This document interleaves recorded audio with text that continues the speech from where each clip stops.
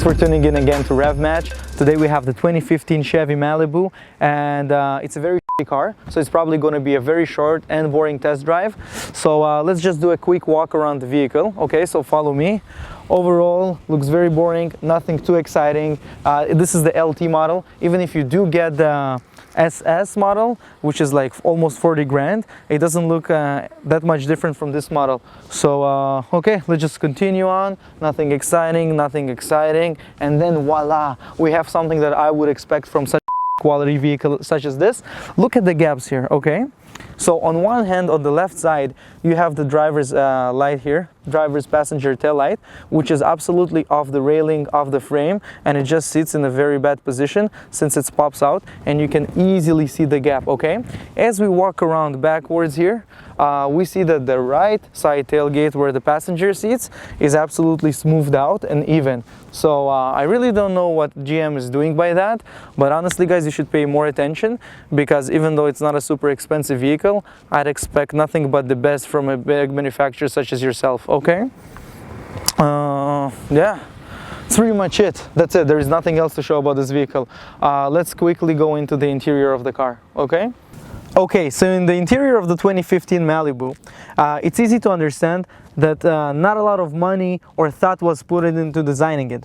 Now, the only thing that I like in this vehicle is the button layout. Why? Because they're big and simple to use, very easy to understand. The other thing that I really like in this car is the screen, okay? I don't know, the multimedia system, I don't know what they call it. Alright, now it's very clear, the graphics is not bad at all. Even though the icons are very small, you can easily understand them. I didn't try hooking up my phone because it took forever, and eventually I decided not to do it. Maybe I was just missing something. However, this is not the point right now, because the interior quality is absolutely terrible. If there were 10 stars to rate this interior, I'd probably give it 3 stars. Yes, and I'm not even joking. Even look at the design of the cup holders. What is this ugly cup holder design? I don't understand why they have to be so far apart from each other, which makes absolutely no sense. The other feature that I absolutely hate in this car, it's the quality of the screen. Okay, I know I've mentioned that it's nice to look at and the display is okay, but look at this, it absolutely moves everywhere and shakes and makes it feel very unreliable, as if I was buying something that is made in like the lowest grade plastic possible. Okay, I don't want to offend any countries. The other absolutely disgusting thing in this vehicle is the headliner quality. The headliner is so soft and so disgusting, but when you touch it, it actually moves every single time. I guarantee you that if you try to wash it or clean it, somewhere along the way, it will degrade and probably will fall apart on your head, which is absolutely sad because you're paying the top earned dollar for your vehicle. The last thing I'd like to touch upon in the interior is the information lever. In every GM vehicle, it used to be right here on the center console, but now they made it on the lever.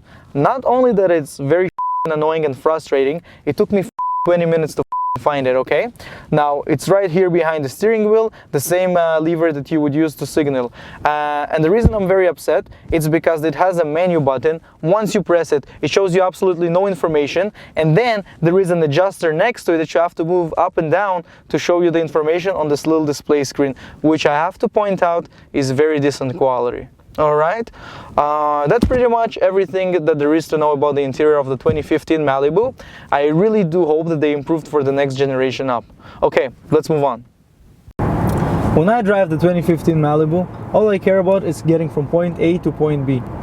I don't care about being stuck in traffic. I don't care about what's happening on the road. I'm just living in my own little closed world. Okay? And that's it. There is absolutely nothing else to say about that car. It just drives, and that's it. Really, it's so hard for me to talk about this car that I think I'm gonna stop the test drive. Because when you try to talk about the performance of the vehicle, there is none, okay? It's like asking Siri dividing 0 by 0. It makes absolutely no sense discussing the performance of that car. I just got it, so I'm trying to test drive it the best way I can. That's why we discussed so much about the interior, because it's actually good points that I can bring out. But for driving wise, absolutely nothing. So it does get actually a pretty good gas mileage. I get roughly 8 liters per every 100 kilometers that I drive, which is pretty decent for a vehicle that size. It's a Toyota Camry and a Honda Accord comparable in size, so 8 liters per 100 kilometers, it's not bad at all. But other than that, That's it, guys. Thanks very much for watching. I hope you liked that video, found it helpful. Subscribe to my channel and please share it, okay? So we can do more videos in the future. Thanks, and once again, have a good day.